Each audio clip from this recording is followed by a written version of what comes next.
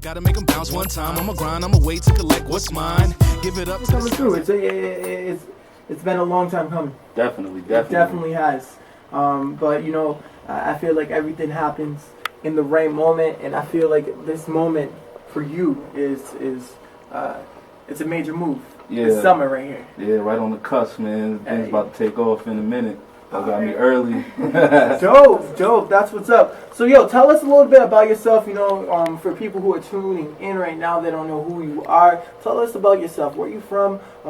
Where you repping? What are you about? Yeah, like you said, my name is Vaughn, aka the General. Born and raised in Rhode Island. The General. You feel me? I moved around a lot, so I don't really rep a certain place, but I'll just say Rhode Island in general. I lived in Boston for like a year or two, but okay. You know, just 401, that's what I'm about. That's what's up. That's what we're about over here too. We're definitely about the 401 at Bennett News Radio. You already know. And you know what, the 401 is really popping right now. You know, yes, sir. I feel like we're developing a lane for ourselves as. I mean, Snapchat already knows what it is. Providence is the creative capital. They got the little tag when you you know how when you take a picture. Oh, you can't do it. I can't do it. But they got like little filters on Snapchat. Yeah. And then you go over, so it's like the creative capital. So yeah, people. I mess with that. You know what I'm saying? It's like really recognizing like the talent that's really out here. And, I'm happy to have somebody else in the studio. You know, a new face. Yeah, definitely a new face and new words for me to dwell on, you know what I'm saying? And really focus, you feel me? So. Yes. Yo, so tell us about like how long have you been making music for? And like what made you make that transition into music? I grew up around music, you know, it's sort of the cliche answer, but you know how it is, like you're younger, you just listen to everything that's being played around you. Exactly, and so it went from there. You know what really did it? Bow Wow. Like I was in 4th grade when he first popped, and I was looking at it at a standpoint from like he ain't that much older than me. Yeah, exactly. You know, he could do it. Yeah, exactly. He get popping. But he's then 15, I'm 14. Like I could do this. As you get older, you get a little bit more appreciation for the craft of it, you know, and just like trying to add on and not take away. You feel me? Yeah, for sure. So how old were you? Like exactly. What? Tell us about when you first made that first track. Like, tell me a little bit about like when you decided like you know what, I'm gonna be an artist. I'm going to be a rapper. Tell me a little bit about you know. Word. I started writing in about, like I said, like 4th grade, like 10, 11 years old. Okay. And then didn't really take it too seriously after that, but like my freshman year of high school, after linking up with my boy Brick, shout out Brick, G.U.M, we kind of just started taking it more seriously. And shout out to my boy Cal, G.U.M. I met him down in Virginia. We kind of kept in contact. We was like in a cypher or something down there. And we just kept in contact, and it was just like, yo, nice. How was that? Virginia cypher. It was dope. It wasn't like, you know, anything too serious. It was more like we was down there for something else, and then, you know, a bunch of kids was just around there. It was kind of just like an unofficial sort of thing. I thought this was like an official. Oh, nah, I was like 13, 14 at the time, you know. But that's when I started recording myself, freshman year of high school. And then from there, you know, start working on your craft, put out a couple mixtapes. I was Money B at first. Then I had to let that go. Money B. Yeah. Money B. It's an old family nickname right there. All right. Then I switched it to Vaughn. That's like part of my middle name. And then started maturing my sound, you know, trying to actually write music and not just rap over beats. And so that transformed to where we at right now. Dope. So you've been doing this for a while now. Yeah. You got a lot of experience. Definitely. As an artist, you know. Why make music though? Like, what kind of experiences have you been through? You know, what kind of messages or what kind of energy are you putting out through your music? Okay, word. Love this question. Well, I just want to give music what it gave to me, or give somebody else that feeling. Because, you know, when you hear a certain song, whether it be your favorite or just something you grew up listening to, you get a feeling. Or, like, for me, music marks moments in time. So I can hear a certain song and remember exactly where I was, 100%. what I was doing. Reminiscing. Yes. What song were you just listening to? I just try to make music just to, you know, to have fun too, but at the same time, like I'm try to walk that line between like having fun and giving the message. I don't want to be too preachy, yeah. but I don't want to be like too turned up or whatever. Just, you know, I'm a human, so I guess I just make human music. You know, I just go off the music, off the vibe, really, pretty much. Okay, that's pretty dope. That's pretty dope. So what do you I want to get more into like the experiences. Okay. You know what I'm saying? What kind of like if someone was to listen to your music, all right? What are they gonna take? What is it gonna take from you? What are you taking from your experiences? What are you? You know, I feel like artists, when they put something out, they're delivering a piece of themselves, you know? So if I was just like, if one of the listeners were like, yo, I need to hit up his page right now and listen to a track. What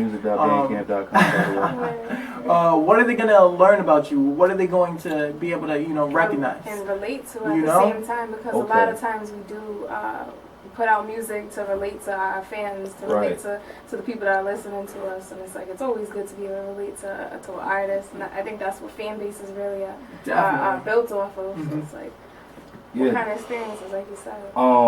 Like what I put in my music, sometimes it's crazy. When I write music, it's like I'm writing to myself. Like it'll be stuff that I'm going through. Like I'm not afraid to put my real life in music. Like I'll tell you. Like, yo, I'm hurting. I'm struggling right now. You know what I'm saying? You gotta, like, it's life is real, you know? So it's like, and you gotta keep it real in your music. Exactly. That's my main focus. I just try to keep it as authentic as possible. Like, too many people know me for me to be out here front and talking about I'm doing this, I'm doing that, when I didn't really do that. You know, that's all cool and all, but I just try to make music that I know if I didn't make it, I'd be like, you know what? That guy's not too bad. Like you said, I can. Like, authentic. Like you said, relatable music. You know, just everyday stuff. Dope. I like that. So, who are some of your inspirations? Like, who are some of the cats that you were listening to growing up? Who are some of the people you're listening now that really, inspire you or influence your sounds? Okay. Coming up, I'm a '90s baby. So shout out to the 90s babies. You feel what I'm saying? They were at the 90s party, or those weren't 90s babies, but they were rapping like 90s babies. So my uncle, he's only like 19 years older than me, something like that, maybe even less than that.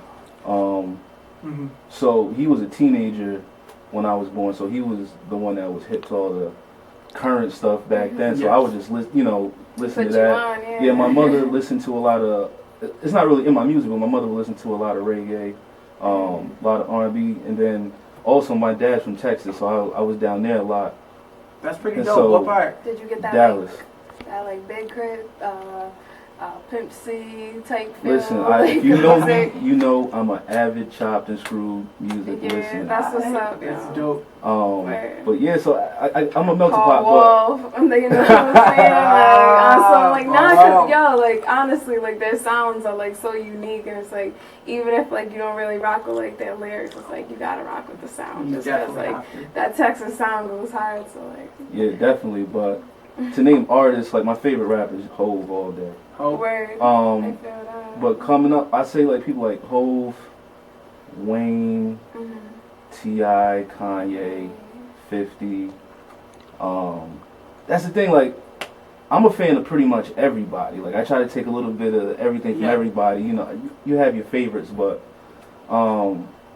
it's like you take certain things from certain people, so you make it into your own. See what people did right, see what people did wrong. Like, all right, I'm not trying to do that. You know what? I need to figure out how to build on this. You know, not exactly copy because there's a lot of that going on, but like you said, be inspired by it. Yes, definitely. So I know you mentioned melting pot, but we're about to play some of your tracks tonight. How would you describe your sound? Like if for someone who's never heard your music, like how would you describe your sound? How would you describe your lyrics?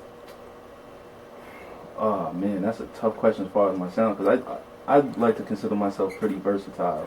I don't like to be in a box, Like I said, like when I write, I go off the beat. So if the beat is, more up tempo, I'll do something more up tempo. If it's something, a little more smooth, then I just go with the vibe. But yeah, I don't. That's a good question as far as my style. I don't know. Like I'm all over the place. So maybe it's just the melting pot. You know what I'm saying? Yeah. Like the mental pot. I can't even speak. The melting pot, you know, a little bit of everything, and that's always a good sound. That's always a great sound. I'm excited. You know? Yeah, like on my projects, especially on the one coming up, the General coming soon, by the way. The General. Yes. Okay. It's like there's not a consistent. There is, but there isn't a consistent sound. Yeah. You know what I'm saying? Like not one song sounds like the other. Yeah. So that's where I try to go with it. It's not all over the place, but it's all over the place. You know. I feel you, and I think, like I was saying to another, another guest that we have, it's always nice to have a very versatile project because everyone listens to music for different reasons, and they enjoy different pieces of music. So, you know, if you're able to give everybody that piece, but still have it flowing all together, you know, right. I think that's a success right there because you can reach so many different people. You know what it is? I was just thinking too, my style is me. I'll put it like that. Like, my music is just an extension of my personality. So, if you hear me in a song that's more aggressive, I might have been in an aggressive mood. You know, it's like, that's the best and hardest part about writing music. Because you make it about yourself, but like you said, you try to make it more relatable to everybody. Definitely. So, you know, it's a challenge, but when you pull it off, it's definitely worth it. Right. Word, I like that. Yo, tell me a little bit about Ground Up Music. Yeah, man, we started, like I said, it was like freshman year of high school, something like that. And it was me, Caliber, Brick, three of us. We was just, at that time, we was just rapping to be rapping, you know, over everybody's beats. Just like, a hobby. Coming from murder, but instrumentals over instrumentals. exactly. But I considered that like training camp, you know. 100%. Just getting flows together, you know, rhyme patterns, schemes, different things like that. And from there, man, we just been building. Like, we're a collective, but we're all individual artists. And then 9-2 came into the mix like maybe 4 years ago, around the time I changed my name to Vaughn. And then we put out Reacquainted in like 2011, and that was kind of like the shift when it was like, okay, we're gonna do this for real. What we're doing. Yeah. Like that's when it was really taken serious. After that point, yeah, actually, like that was like the foundation. I'm not the most proud of it, but I dropped out of school for it, so it was kind of like it made a big deal in your life for that then. Like, it was like sink or swim. Sink or swim. Right. And you know, I feel like situations like that, that's when you're gonna reach your full potential, you know?